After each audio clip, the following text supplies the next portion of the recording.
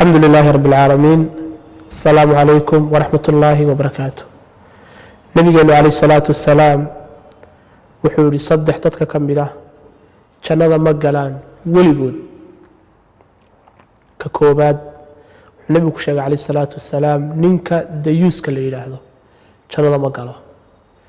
ديوسك هو كامل النبي قال له ويدينا وحو كجواب عليه الصلاة والسلام وعنينك أهل كيسا حمانتا رالي وقاه ayuu nabiga kaleey salaatu wasalaam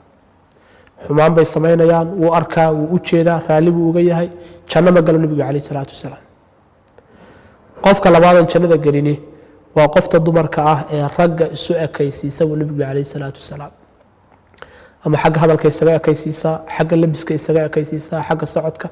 jannada ma gasho ayuu nabiga kaleey salaatu wasalaam qofka saddexaad ee aan jannada galini